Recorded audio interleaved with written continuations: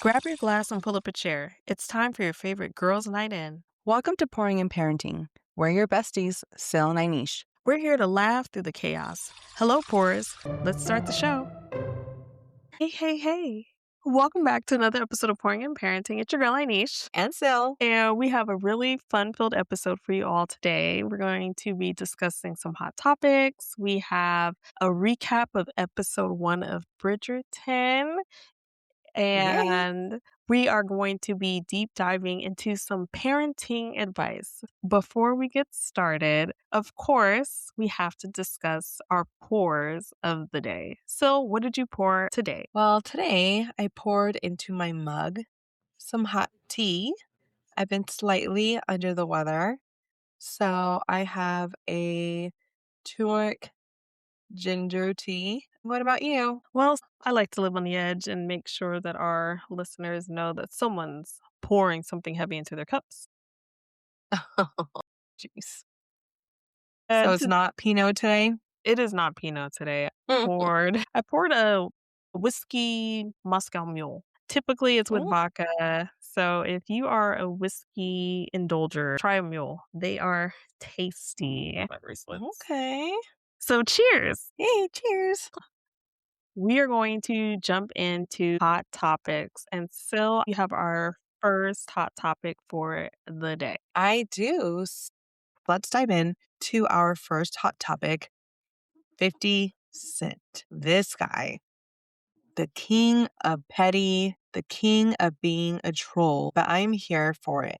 From the Ja Rule saga to the Diddy Diddler trials to now being a landlord who's trying to evict Jim Jones.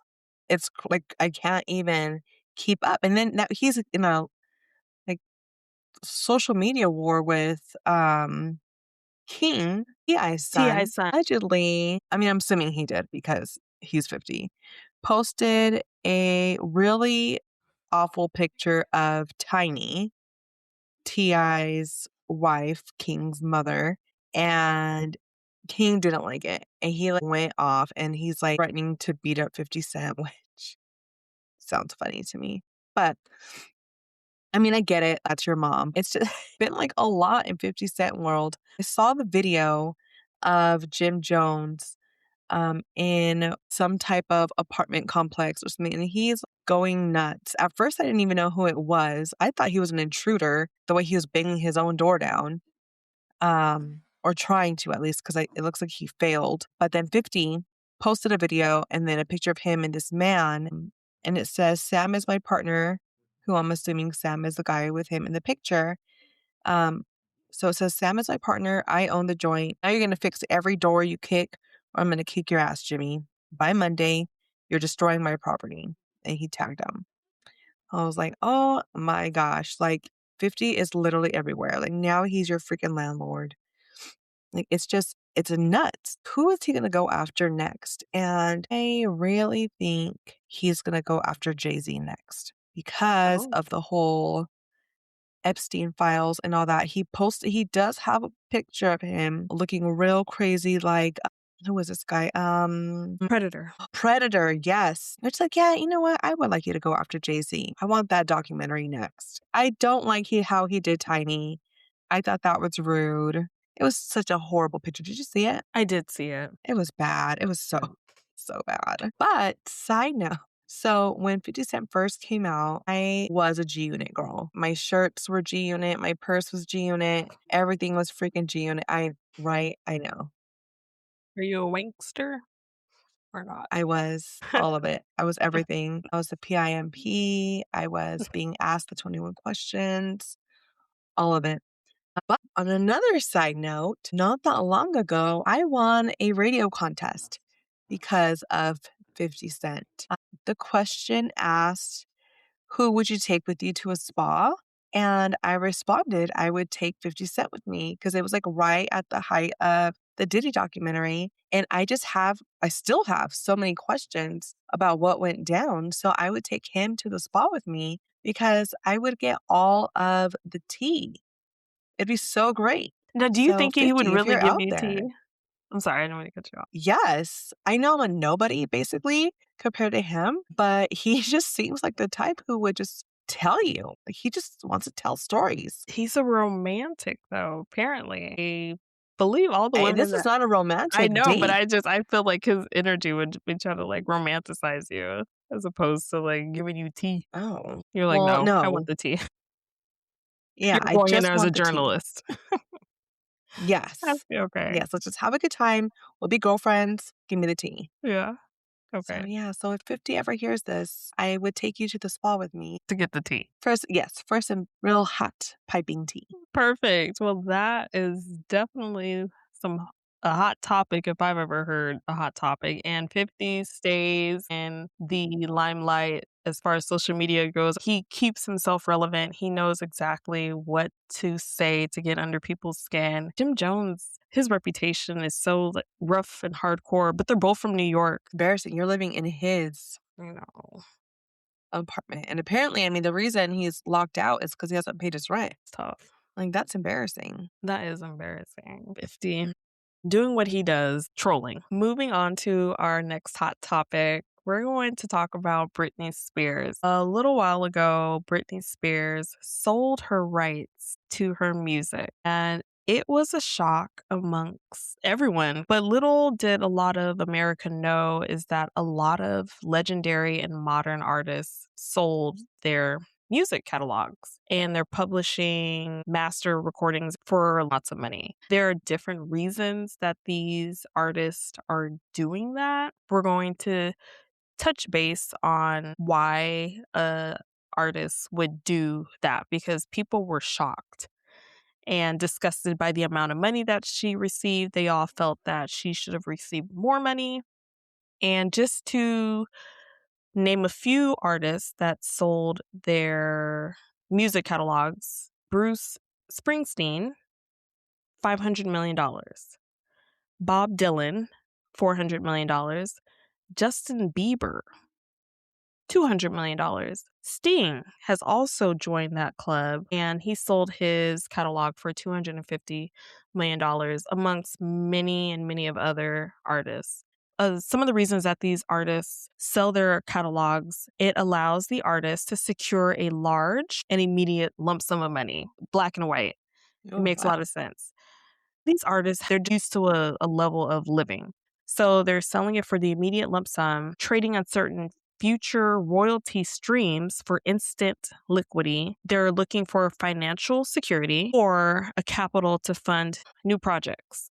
It's often a strategic move to capitalize on a high market valuation, and it reduces the administration burdens and it manages different plannings for them in their future. So for Britney Spears to do this, and we all know Britney Spears' struggle with her parents and all of the things that she dealt with. So for her to make this move, a lot of people, again, they were upset for the amount that she sold it for, but they're also rooting for her. It was valued at approximately $200 million, which for being Britney Spears, I think is a little low for her. I think she could have probably got more. It says that it includes her ownership share of her music catalog, which comprises her artist royalties and publishing stakes. Okay. So she falls into the category with some of the celebrities that I mentioned, more so like in the Justin Bieber space. It's giving these older celebrities or artists that have been in the game obviously got a higher lump sum in comparison to the Justin Biebers and Britney Spears now because Justin Bieber is quoted to have received about 200 million for his, and that was not too long ago. I agree that was a lowball number even for Justin Bieber. That seems like a lowball number. Two very popular artists, and Britney Spears is older. For her to receive the same amount seems kind of, not right.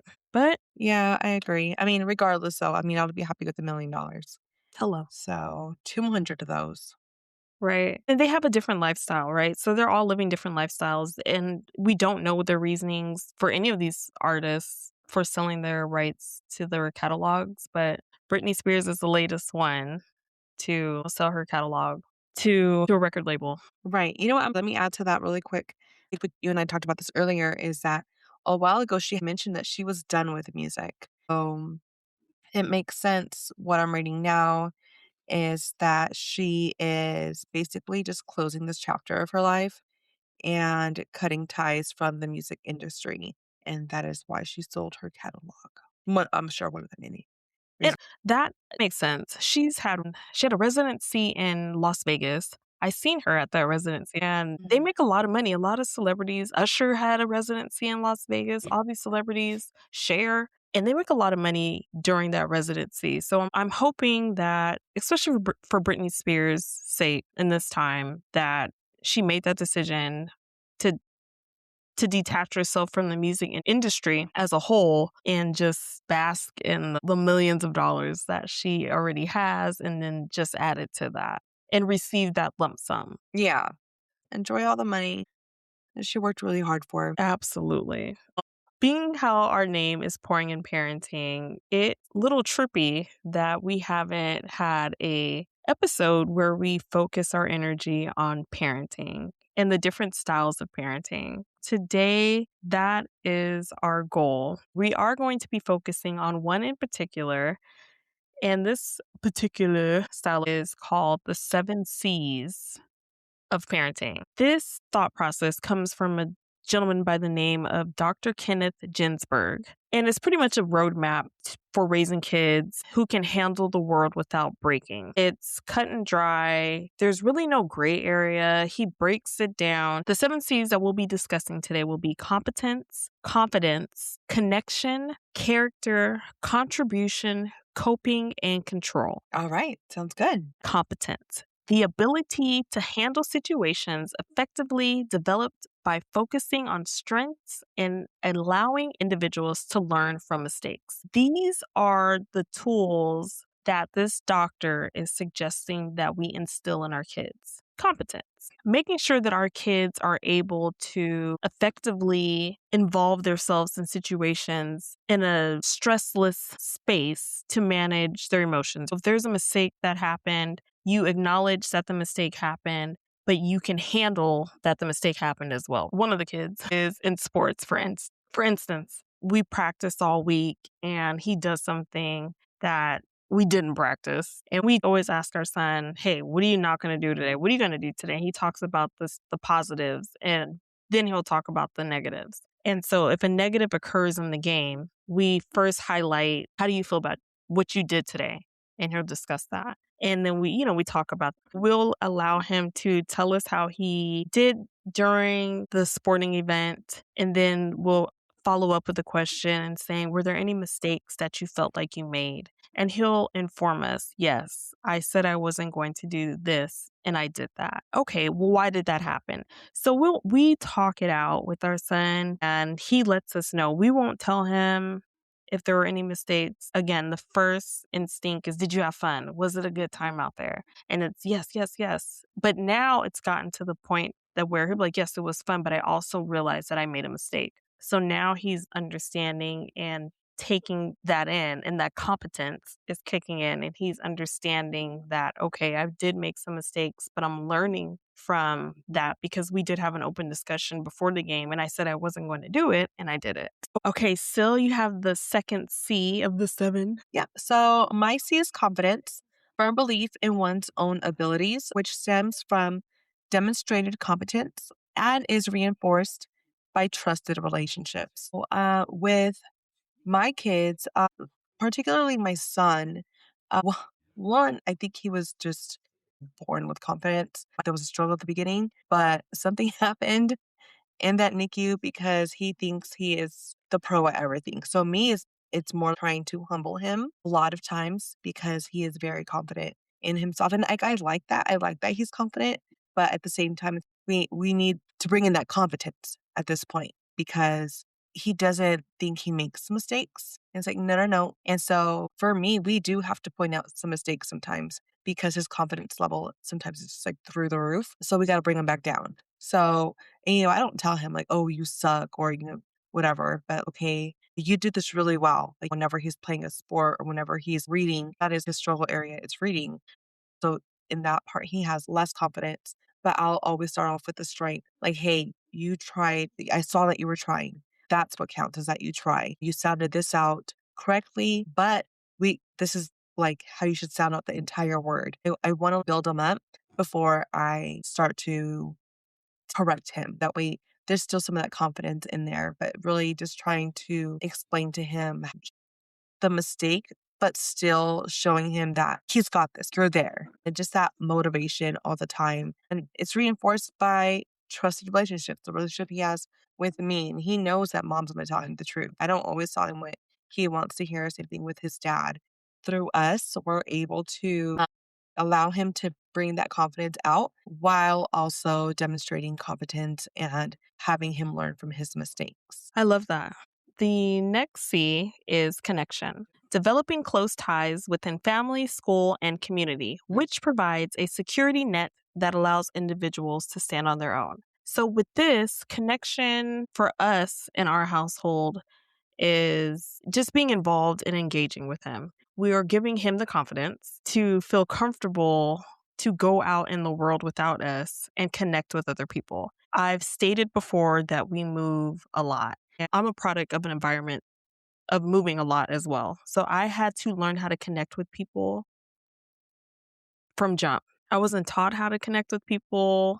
It was just, I don't want to say natural, but as a 7-year-old, I had to do what I had to do. And one thing that I can say that my parents did with my siblings and myself was made sure that we were involved in the community. We were very active in sports. My husband and I instilled that into our household. The kids are actively out and about.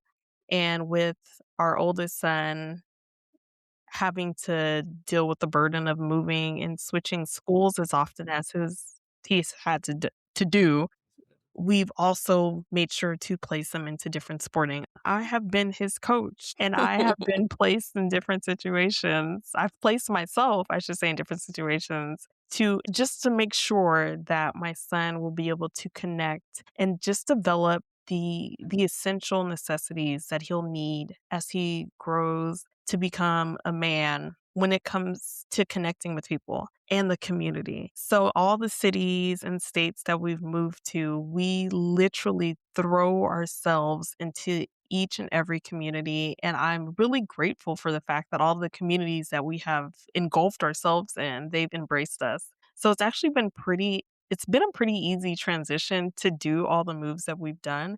And my son is making it even that much easier because he's been able to just put the competence and the confidence and connect all of that together to make sure that he's instilling that and just and giving that energy out to the other little kids that he's meeting. And so making sure that you can instill that connection into your kids. Yeah. And just to add to that, your son, he just has this very inviting smile. I think that definitely helps a lot. I could picture his little face right now. So I think just he has like a very positive vibe about him. Oh, And like who wouldn't be attracted to that? oh, thank you. Okay, that's enough whimpering. So for our next C, we have character. Possessing a strong set of morals, values, and integrity, which helps in caring for others and making good choices. My son is at a weird stage right now. He's 8 and he learns a lot of things in school. There has been times where he'll lie or he'll make something up or he'll joke and he doesn't always make the best choices. And what's what we say. Like I never tell him he's a bad boy. And like he told me one time, he's like, "Oh, I'm just such a bad boy." Like, no, you're not. You just didn't make a good decision. But the way that we try to build his character is by trying to teach him those morals, those lessons, and to have integrity. And it's hard. His age, he doesn't understand that this phase right now is a very selfish phase. It's, what I want right now and still trying to set a good example for him between my husband and I and the way he sees that we're also raising our daughter, his younger sister. Tell him she looks up to you. You have to make good choices because she's going to see you. And if you make good choices, we're going to, hopefully she's going to make the good choices. And then on top of that, we have been going to church. He goes to the children's ministry and he learns there too. I'll try to incorporate that into our everyday routines so that, he doesn't just hear it at church, but he sees it in his own life. That's how we try to build his character, like just trying to be a good example for him. I think helps. I used to read him books but he likes me just making up stories. So it was a time where he didn't make a really good choice that day. So just Why off are the you top of my laughing? head, I made up a story. It had to do with like, his choice that day. And he was just like, oh wow. Just putting a lesson in that story that he Mhm. can relate to. Yes. I mean, hey, you gotta do it one way or another. Solo. With that being said, let's go ahead and take a quick break from our 7 C's and go into our Sing to Me game. If you're new to our show, I ask Inish a question related to music lyrics, and she is to respond by singing the correct lyric back. We'll take turns, vice versa. Inish, I'm going to have you fill in the blank. Yes. In 21 questions, 50 Cent asks, if he fell off blank, would you still love me? Are you mad 'cause I if I fell off, if I fell off. That's the word. Oh my gosh. All right. So, if I fell off tomorrow, would you still love Oh me? my god. I If would I not. didn't smell so good, would you still hug me? I couldn't even think of where to start. Off tomorrow. Okay, alright, alright. You get me every time, you get me every time. All right. Let's see what you got. In Destiny's Child song, "Soldier," who does Lil Wayne blend with? Who does he blend with? Yes. In Destiny's Child song, "Soldier," who does Lil Wayne blend with? The army. I don't know. I think I'm blended with Is that it? It is it. I want No you to change your way. answer. I'm blended. I wanted you I wanted you to change your I answer. could I could I blended I with could the like army, barely I'm I'm blended with army. camouflage. Yeah. Yeah. Yep, yep, Oh yep. my gosh, that was hard. It wasn't. You got it. Hey, wait. Alright, go I ahead. after I saw your face, I was like, am I either super close, like just waiting for the next word? Blended with the army. Alright. All right, let's see. In All About Me, how does Maya want you to hold her? Wait, do I even know music? I hear the chorus. I know the chorus. This is alright. So what you wanna do? Are you gonna get it up? That's on a well, hold her in the middle of the night? I don't know. Like, what's that? I can't even think of how No. the chorus goes. Or I mean, how the verse goes. That's it. Are you I don't sure that's it? know. That's it. That's all I got. Just hold me like a man should do. I would not. I would not have gotten that. My Just hold me God. like a man should do. Oh, it's embarrassing. All right. 112's song, It's I Over. know 112. Oh, okay. I was a Hmm. very big fan of 112. Very, very okay. And in 112 song, It's Over. It's a shame they don't do what anymore? It's a shame we gotta go through this. Wait, gotta go. Oh, okay. We don't even talk, girl. We don't even kiss. I never would have thought we'd be Oh my breaking god. up So it was like like 5 this. minutes later, but alright. I mean, I guess I don't But even remember it's the answer over now. anymore. Alright, that's fine. You win. You win again. I feel like my brain just gives up. My brain just can't handle the pressure. It's all good.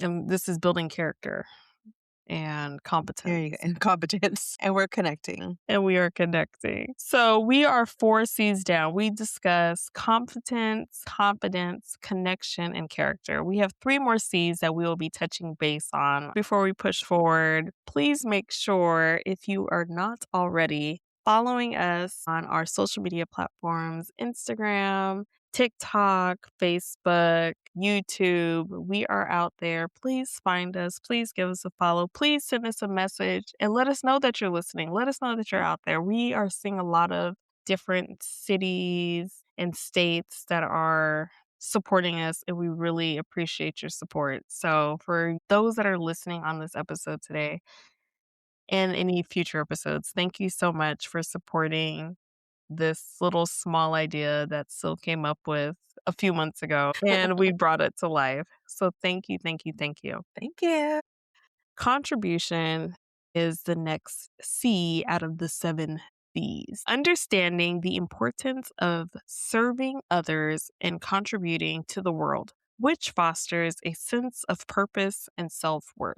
I love that contribution is on this list. Making sure that your kids are giving individuals and just having that, and don't have to be that person to give to everybody. There's enough people on the planet that we hope that energy to give is spread amongst all of us. But with children in particular, their instinct is mine, mine, mine, mine, mine. And they don't want to share. They don't want to, no, this is mine. I'm going to take that from you. I want it, give it to me. So being a parent and an adult who has obviously gone through that phase and stage in life, and hopefully, I hope that you've overcome that stage of not wanting to share, that you can instill that into your child and contributing into society. Our son had to also be in the NICU, and we had access to the Ronald McDonald Foundation. OMG.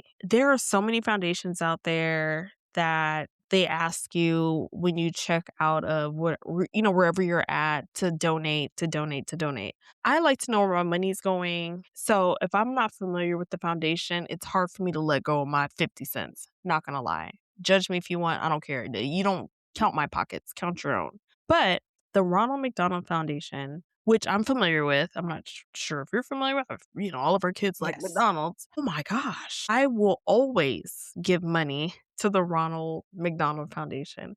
They had like living availability. I mean, it was limited, but free food for parents that were in connection with the hospital if their kids were in the NICU. And they just had so many different benefits. And the donations that were coming from just the people going to McDonald's or, wherever they have their donation buckets up at, it was contributing to just that. And it helped my husband and I tremendously because we weren't even living in the city that I birthed our son in. And we had to really make a lot of sacrifices to commute back and forth to see our son in the NICU. The accommodations that they gave, it was amazing. So with us having that thought in us, we make sure that we're instilling just giving to our kids and Right. understanding the importance of taking care of your fellow partner. If one brother falls, hey, go help your brother up. You seen that he fell? Ask if he's okay.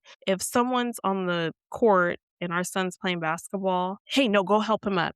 Put your hand out and help that person up. So making sure that you're extending that hand out as an adult and instilling that into your child, it makes a whole difference. It instills self-worth and purpose. One of your purposes of being here on the planet, just giving out that contribution to society. Oh, I love that. That was great. Yes. And you never know when you're going to need of someone or like a foundation like that. And so to be a recipient of that and then now paying it forward is beautiful. Moving on to the next C is coping. Developing a repertoire of positive adaptive strategies to manage stress, which prevents reliance on dangerous quick fix behaviors. With coping, my son, he is very high energy, and there's times where he does have a hard time managing his stress, whether it's just telling him no to something or, whatever the case is. Sometimes I have to tell him it's okay to be upset. It is okay to be sad. It's okay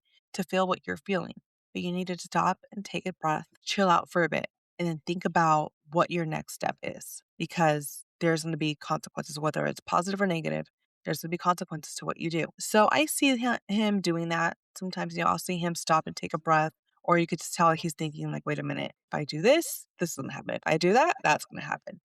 I do try to give him like positive feedback and energy when it comes to coping with things. It's okay to feel your feelings. I don't care that you're a boy. If you want to cry, cry. I mean, he's 8.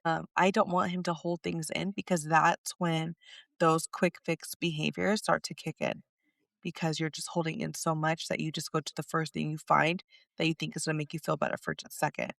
So even it's, just go lay on your bed for a little bit, just color, go drink some water, something to just forget about what it is that's stressing you out at that moment and try to give him a clear head. My daughter, she's on another level. I don't know if it's a girl thing or what, but she has already learned to come to her room. So whenever she's upset at us, she just turns around and comes to her room. And that's how she manages her stress. One time I caught her standing in her room looking out her window. And I was looking at her like, what are you doing? But that's how she copes. I didn't teach her that at all. But for her to even find her own way to deal with her stress, I think that's so awesome. And I just let her until she feels better and she comes out on her own and she's fine. Mm. So some, like my son, have to be taught. Others, they find their ways. And as long as you, as a parent, can witness what they're doing and that it's safe, just let it be. And it's an award that these children can find ways to manage their stress because there's so many who don't know where to even start to manage their stresses. At any age, there's so much going on that they don't know how to handle things. But teaching them now will help them for, you know, the stress that comes along as they grow older. There's a lot of stress that's to come as they grow older. They think it's bad now. Having those mechanisms instilled in us in a young age, developing as we grow older is definitely it's a bonus. That's a plus. If that's something that we can instill in our kids, bonus. Just to make them better people living in society. The last C out of the 7 C's of resilience is control. Control.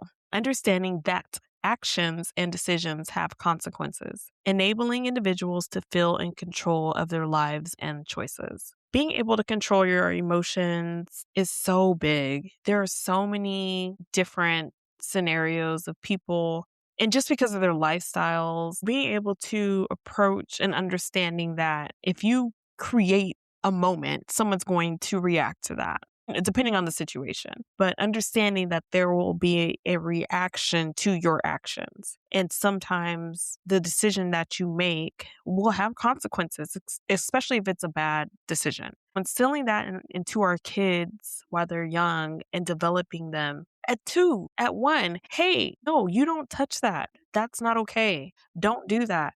Don't hit mommy. There's a consequence for that. You don't pour the cereal on the floor because kids are going to try you. That's what they're doing. They're trying like, oh, how far can Mhm. I go? Like, how deep is the pool before I realize, like, oh, that's too far. And so being able to instill all of these C's that we've just touched base on is literally coming down to control. Will your child have control over their actions because their actions ultimately is going to decipher the decision that the next person makes towards them. We're not saying to do anything crazy. And quite frankly, with the 7 C's that we're discussing, if you have your own way of parenting, do you? This is a topic that we're discussing, we found interesting, and we're just bringing it to the table. Understanding your child and being present and aware of the different developmental stages that they're going through. And even if you need to look at these C's to see where you're at to make sure that you're in a good headspace. You're trying to get the control. Let me calm down and get confident as a parent to proceed with dealing with my child. We touch base as best as we can with the 7 C's of resilience. And again, the 7 C's was developed by a pediatrician by the name of Dr. Kenneth Ginsburg, and he decided to relate the components to make it designed to help children and adults build capacity to overcome adversity, manage stress, and to thrive. And that's all we want you all to do as well as parents, is to thrive and push forward. We're here to support you and to uplift you all. The last topic that we will be discussing today is what you all been waiting for if you have made it this far, is Bridgerton. Season 4 has dropped. Shondaland has entered the chat of Netflix and she has released another installment of Bridgerton. We are fans. Our last episode, we recapped all of the previous installments of Bridgerton, and we are going to briefly touch base on episode 1. For the next several episodes of Pouring and Parenting, we'll be ending our episodes with highlights of Bridgerton and our thoughts on where the next episode will go. Jumping into episode 1 of Bridgerton, season 4, The Waltz. In true Bridgerton style, no more than 5 minutes into the episode, our good boy Benedict Bridgerton was awakened by his mother and what appeared to be a good old-fashioned threesome. Am I familiar with that? Mind your business. Which sets the tone for season 4. Let's talk about good old Lady Whistledown. Miss Whistledown has been getting down since last season. And if you've seen last season, Whistledown got so much that she got pregnant. Lady Whistledown has a little Whistledown. And they introduce a new baby who's the cutest little chunky ginger haired baby. He's so ginger. Like, where did they find this baby? It's so cute. Whistledown was getting down. A lot of people were getting down. Sisters, friends of the sisters were all getting down. Was that a surprise to you that people were getting down? Oh, no. No, it would be Bridgerton if there was a lot of lust and just getting down. We all know that Benedict is gender fluid. How do you feel the season will go? Well, I think that because his mom is trying to get him married, there's going to be a lot of pushback. So he's going to wild out before his mom really just pulls the reins in. So we'll probably be seeing a lot of just wild orgies out of Benedict this season before he settles down. I disagree. Okay. Why? Yeah. I don't think that he'll be able to get up. I think that he's going to try to wild out and go to his sex parties, but I do not think that Benedict will be able to finish the job, if you will. I don't think that he's going to pursue he's going to try, but I don't think he's going to fully engage in activities that he's been engaging in because he's enamored by this new woman. By Sophie. Yes, by Sophie. Sophie is the masked woman at the masquerade ball that Violet Bridgerton throws. In comes Sophie by herself, no chaperone. And she has the mask, she blends right in. And it seemed like she was there just to see what they're all about. But in the midst of all that, Benedict stumbles upon her and asks her to the balcony after Sophie was being courted by some creeper. But they go out and she's, I don't know how to dance. And he was looking at her like, you don't know how to dance. He was very bewildered by her because she was just so different.